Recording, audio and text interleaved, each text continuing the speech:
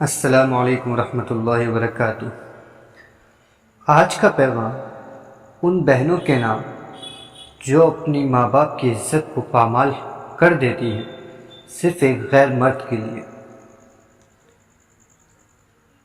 لڑکے نے تصویر مانگی، آپ نے دے دی۔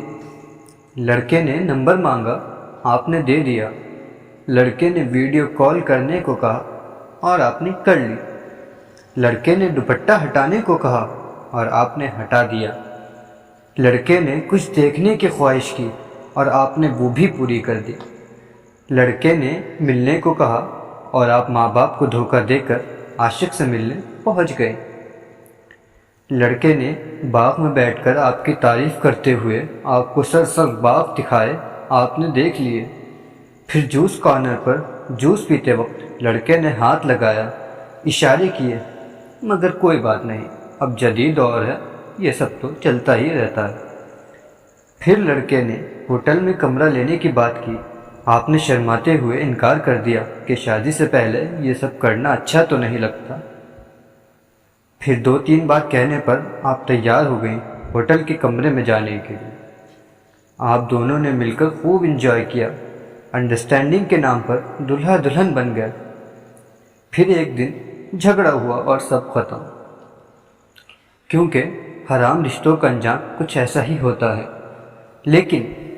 لیکن یہاں سراسر مرد غلط ہے، وہ بھیڑیا ہے، وہ مجرم ہے، وہ سب کچھ ہے، کیونکہ آپ نے تو تصویر نہیں دی تھی، وہ زبردستی آپ کے موبائل میں گھس کر تصویر لے گیا تھا۔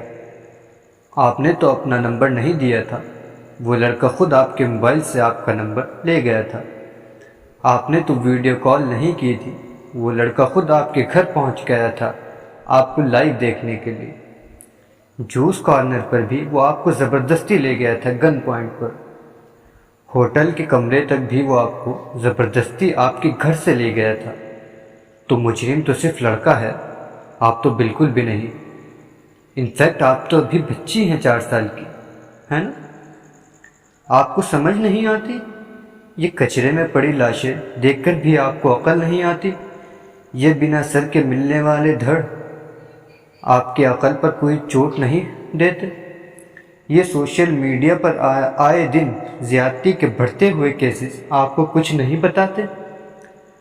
جوس کارنر پر بھی جانا، اپنی برہنہ تصاویر کسی غیر مرد کو دے دینا، آپ کو نہیں پتا تھا کہ ایک ہوٹل کے کمرے میں یا 4 دیواری میں جسموں کی پیاس بجھائی جاتی ہے، برہنہ ہو کر شرم کے چیتھڑے بکھیرے جاتے ہیں۔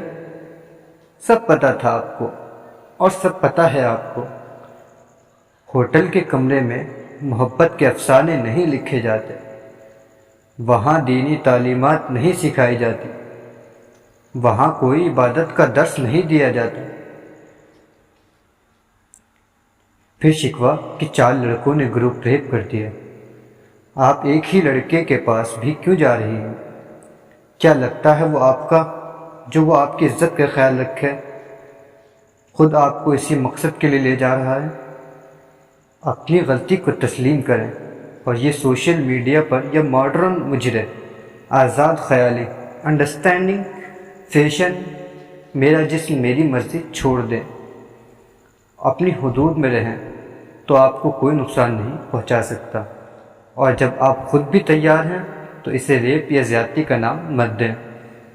اسے سیکشول ہریسمنٹ مت کہیں، اسے انڈرسٹینڈنگ کہیں، اسے سیکشول لسٹ کہیں، اسے انجوائمنٹ کہیں، اسے انٹرٹینمنٹ کہیں، اسے 2 طرفہ نیڈ کہیں، اسے بھی پھر ٹائم پاس کہیں، اسے ماڈرنزم کہیں، اسے فیشن کہیں، مگر یہ ریپ نہیں ہے۔ خدا را آپ اپنے آپ کو اس گندگی سے بچا لیں۔ جس کو پوسٹ بری لگی ہو تو معذرت۔ اللہ حافظ۔